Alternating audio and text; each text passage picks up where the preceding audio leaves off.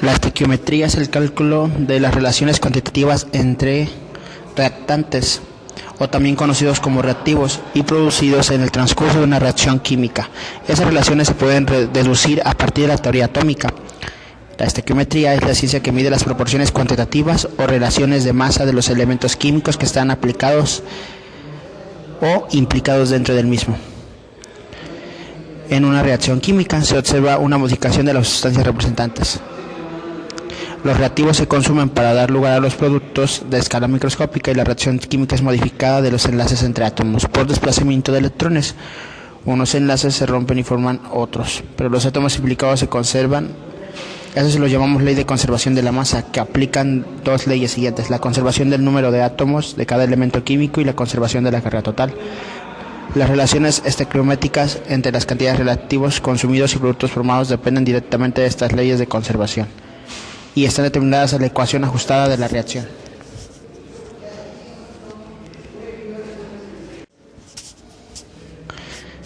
Átomo gramo mol. El átomo gramo mol es el peso en átomos de un mol de átomos, 6,022 por 1023 átomos de un elemento. Este peso es exactamente igual al peso atómico expresado en gramos. Mol gramo. El mol gramo se representa mediante mol-G, lo cual nos indica que es el peso molecular de una sustancia expresado en gramos para los compuestos covalentes. Esto se llama molécula gramo. Por conveniencia, la masa de la fórmula gramo o molécula gramo se abrevia con mol. Un mol de un compuesto covalente contiene 6.02 por 1023 moléculas del compuesto.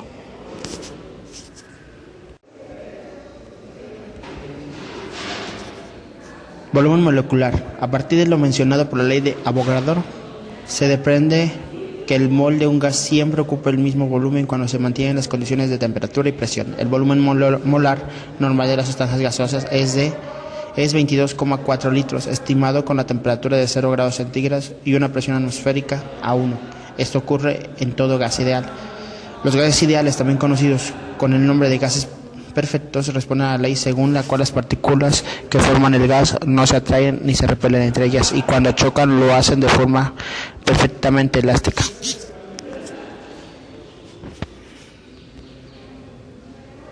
El número de Avogadro como mol se denomina la unidad contemplada por el Sistema Internacional de Unidades que permite medir y expresar a una determinada cantidad de sustancias. Se trata de la unidad que emplean los químicos para dar a conocer el peso de cada átomo, una cifra que equivale a un número muy grande de partículas. Un mol, de acuerdo a los expertos, equivale al número de átomos que hay en 12 gramos de carbono puro. La ecuación sería la siguiente: un mol es igual a 6,022045 por 10 elevado a la 23 partícula. El número de Avogadro, por otra parte, permite establecer conversiones entre el gramo y la unidad de masa atómica. Reactivo limitante. El reactivo limitante, que en una reacción química determina o da a conocer o limita la cantidad de producto formado y provoca una concentración específica o limitante. Cuando una ecuación está balanceada, la estequiometría se emplea para saber los moles de un producto obtenido a partir de un número conocido de moles de un reactivo. La relación de moles entre el reactivo y el producto se obtiene de la ecuación balanceada. Generalmente, cuando se efectúa una reacción química, los reactivos no se encuentran en cantidades estequiométricas exactas, es decir, en las proporciones indican su ecuación balanceada. En consecuencia, algunos reactivos se consumen totalmente, mientras que otros se recuperan al final de la reacción. El reactivo se consume en primer lugar, es llamado reactivo limitante, ya que la cantidad de este determina la cantidad total de producto formado. Cuando ese reactivo se consume, la reacción se detiene. El o los reactivos se consumen parcialmente, son los reactivos en exceso. La cantidad de producto se obtiene cuando reacciona todo. El reactivo limitante se denomina rendimiento teórico de la reacción. El concepto de reactivo limitante permite a los químicos asegurar que el reactivo es el más costoso y completo.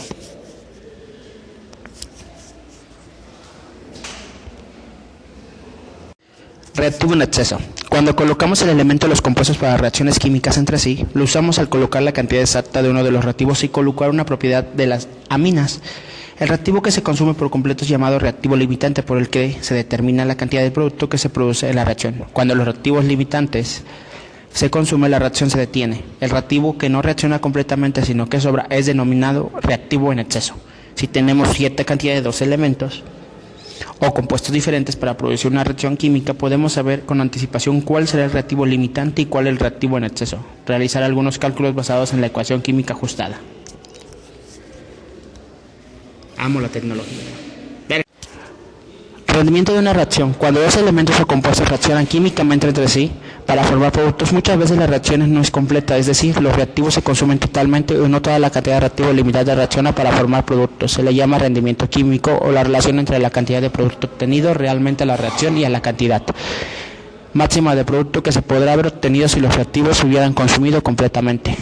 El rendimiento teórico se le llama el rendimiento de una reacción de cantidad o producto que se formaría si los reactivos se consumen completamente. El rendimiento real de una reacción siempre será igual o menor al rendimiento teórico. Esto debe de que muchas de los reactivos no reaccionan completamente, a que algunas veces surgen reacciones colaterales. Eso se debe a que muchas veces los reactivos no reaccionan completamente y que es difícil recolectar el 100% del producto formado.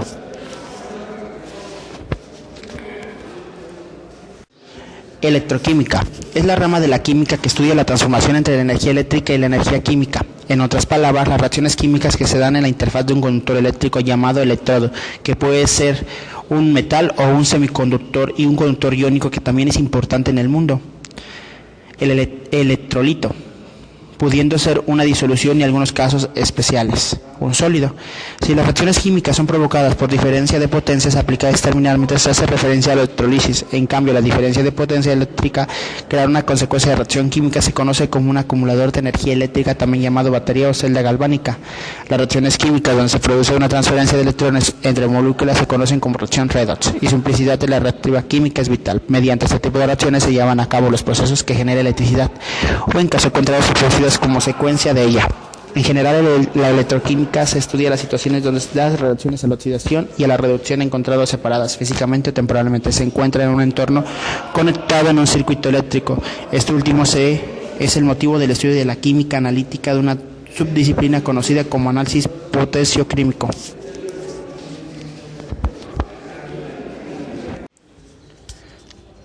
Fuerza electromotriz en una celda electroquímica. Existen teorías que permiten explicar el comportamiento de las soluciones electrolíticas. Una de estas teorías es la de ionización de Arrhenius. Arrhenius propuso en 1887 la teoría de la disolución electrolítica, la cual está basada en la idea de los electrolitos de disociación en iones al poner contacto con el agua. El circuito eléctrico abierto sin carga o resistencia, por tanto, no se establece la circulación de la corriente eléctrica desde la fuente FEM, la batería en este caso.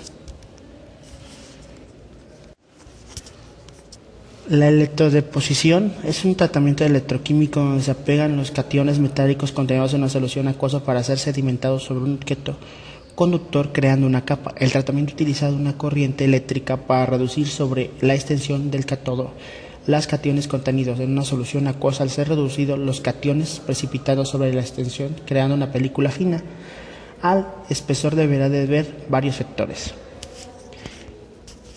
La electrodepositación se emplea principalmente para adjudicar una capa de propiedades ansiada, por ejemplo, resistencia a la abrasión y el desgaste, protección frente a la corrosión, la necesidad de lubricación, cualidades estéticas, etc. Una superficie que de otro modo escasea de una propiedad.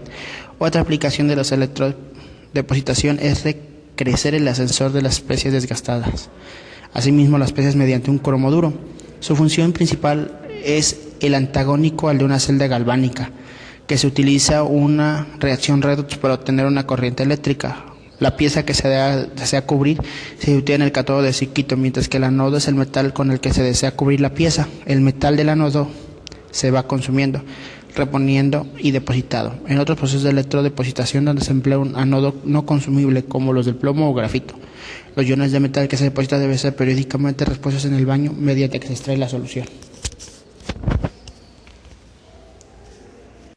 La nanoquímica es una rama de la nanociencia relacionada con la producción y la reacción de nanopartículas y subcompuestas. Esta relación con las propiedades características asociadas con el ensamblaje de átomos o moléculas sobre una escala que varía de tamaño de los bloques individuales hasta los materiales aglomerado desde 1 hasta 1000 nanómetros. A este nivel los efectos cuánticos pueden ser significativos, teniendo así nuevas formas de llevar a cabo reacciones químicas y nanoquímicas, de una de las tantas aproximaciones que la nanociencia tiene hacia el diseño, caracterización y relacionación y estructura de material nanoconstructurado. Esta ciencia emplea metodologías de la síntesis química y de la química de materiales para obtener nanomateriales con tamaños, formas, propiedades superficiales, defectos y propiedades autoensamblables específicas.